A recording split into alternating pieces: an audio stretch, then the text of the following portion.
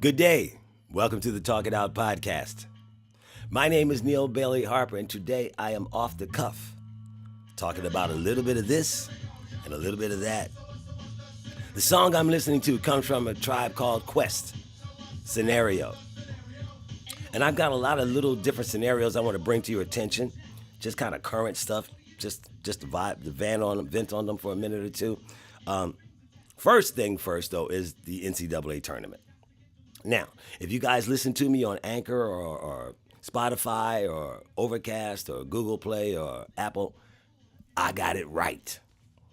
I said in the second podcast, that it was going to be Texas Tech and Virginia in the Final Four, and they were going to play for the title, and Virginia was going to win. I didn't know how, but they did. And like I've said before, this is the single best sporting event in the country to me, because it takes into play human frailty, it takes into play youth, it takes into play experience, it takes into play the moment, how many of these kids have seen the moment, haven't seen the moment. Give big props to the University of Virginia's basketball team. They got embarrassed last year, and they had to live that shit all year long and hold that shit all year long, because people could say what they wanted because they were the number one overall seed last year, and they got kicked out by somebody that nobody knew about, UMBC. And they had to live with that all year long. And they did. And they took that and they made that fuel. And they turned that fuel into fire. And people want to say they were lucky. You know what? If you're good, you get lucky.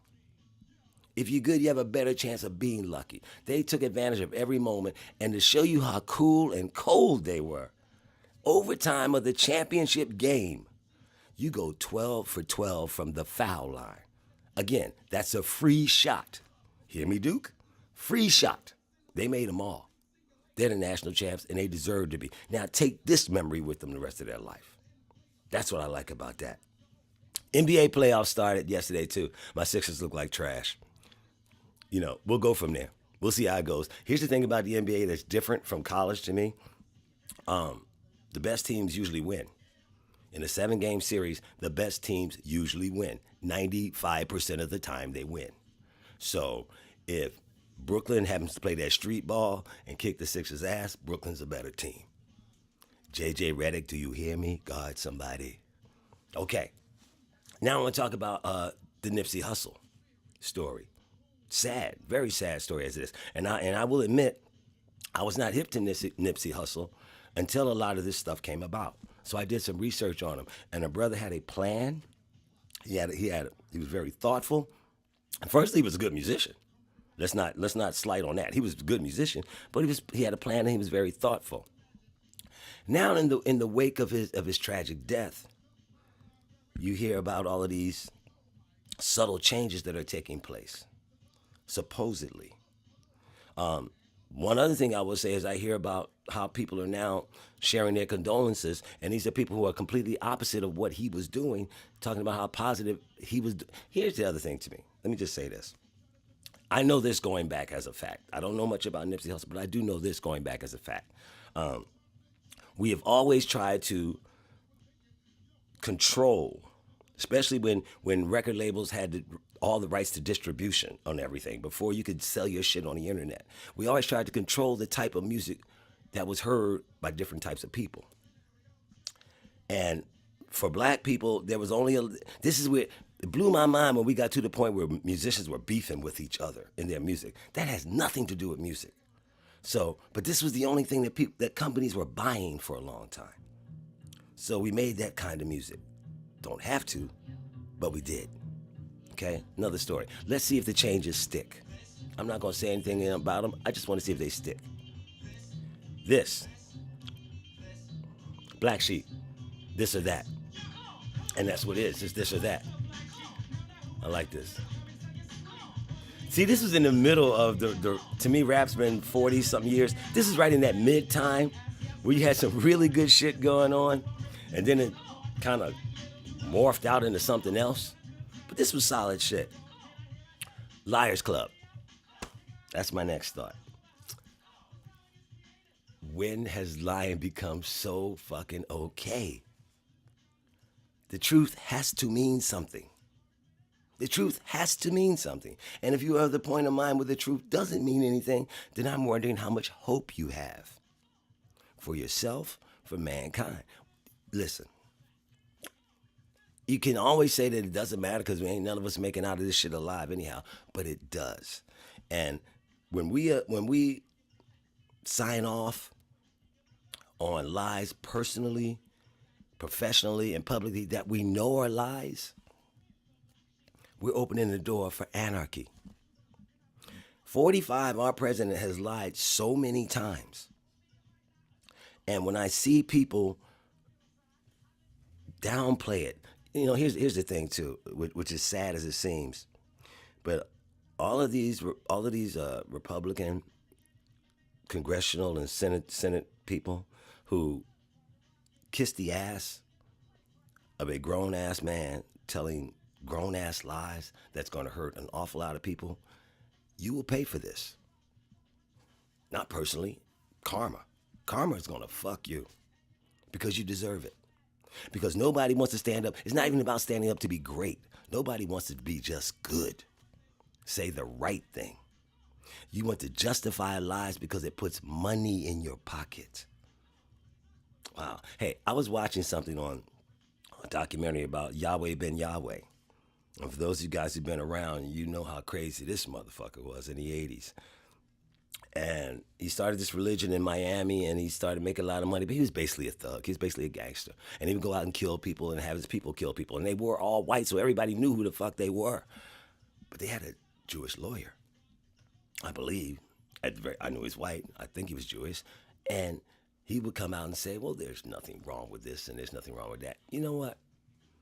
There has to be some sense of decency in all of us. And in our country, you're right, you are innocent until proven guilty. But lawyers lie. Not just lawyers, but in this case I'm talking about. He basically lied for a killer because he was making money. Come on. You're supposed to be represented, I understand that. But that's another topic. I'm just saying, that stuff bothers me. And when you see 45 sit up and say, on all the tapes we have, on every network, where he says, I will release my taxes. They're just under audit. That was 3 years ago. Now he's willing to go to the Supreme Court to keep you from seeing those same taxes he said he was going to release. Why? If it was all good, what's the big deal? But it's not all good. And 95% of us need to understand that the man who's in charge of our country owes somebody money that he can't say anything about. That's not good, guys. It's not good. I'm going to move on. Craig Mack. Yeah. Flavor in your ear. I love this. I love this. And I love the drive and the groove, too. Hey. All right, so I'm going to move on. Little trivial shit, but I have to say it. I live in Virginia. And when you ride down the highway, sometimes I just want to know if this is relevant to your city. Is there a guy or a girl who puts on this is tax time. So they put on this big ass Uncle Sam suit and they stand out on the side of the highway and they spin a pencil around or hand. I'm like, how much do you get paid for that shit? Or they usually do it for an apartment complex. They're wearing a hat and they're wearing a uniform and they're standing out there all day and they're flipping this pencil. And my second thought about that is how many people actually see this guy and go, wow, look at that, let's go there. So it's a problem. I'm thinking it's a minimum wage job to wear this shit and you stand out there for no reason. Okay, that's just came to my head. Couple other things. Firstly, with Facebook, people of my generation, can we give it back to the kids now? Can we just give it back to the kids? We have negated photo albums in our life because we share them with everybody we think we know. Other thing, I'm just saying happy birthday to friends. I just want to say happy birthday. I don't want to donate to your charity.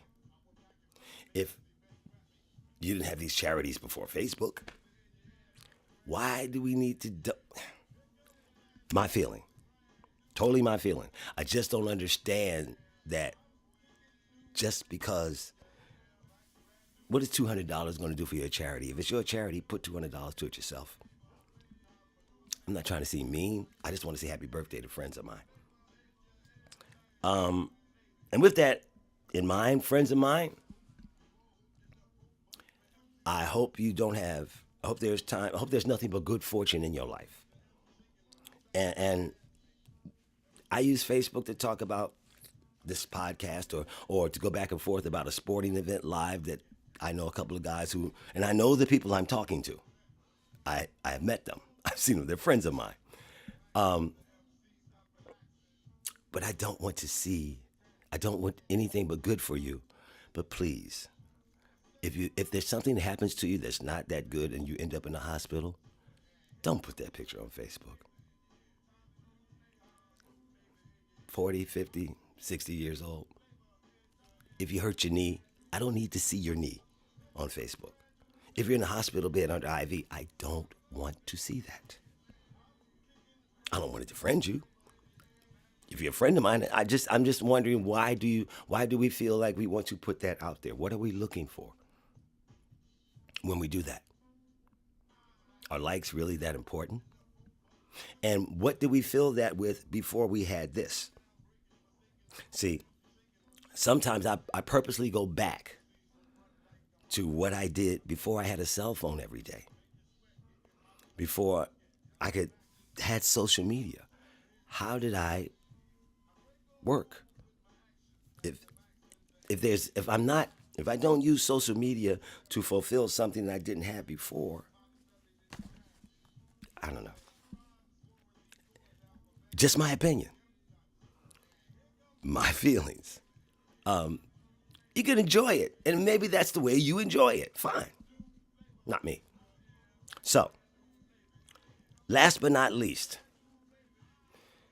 and this is to people younger than me, vote. It's not good enough in our country that 60% of the population votes. 90% of the population has to vote. Because whether you guys see it or not, the laws that are being changed don't go away.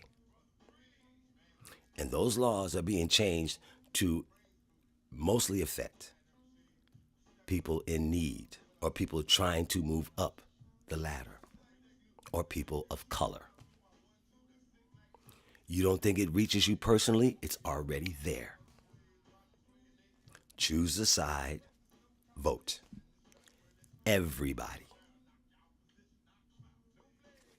I'm going to say that again and again and again and again because right now it's more important than ever. The minority is trying to control the majority. The majority has to stand up. The way you stand up is we vote. Cool? Cool. That's all I got.